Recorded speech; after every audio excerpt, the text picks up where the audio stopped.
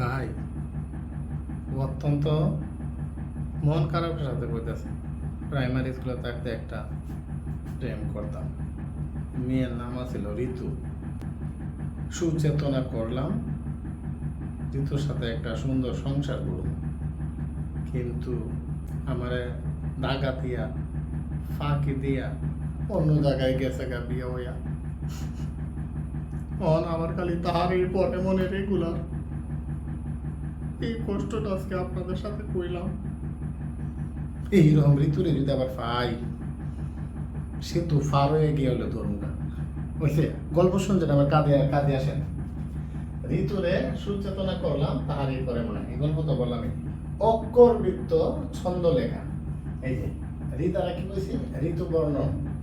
আর এখানে সুচেতনা, এই যে সুচেতনা এবং কি বললাম তাহারই পরে মনে, এই তিনটা আপনাকে মাথায় রাখতেই হবে। এই তিনটা হলো অক্ষর বৃত্ত ছন্দে লেখা।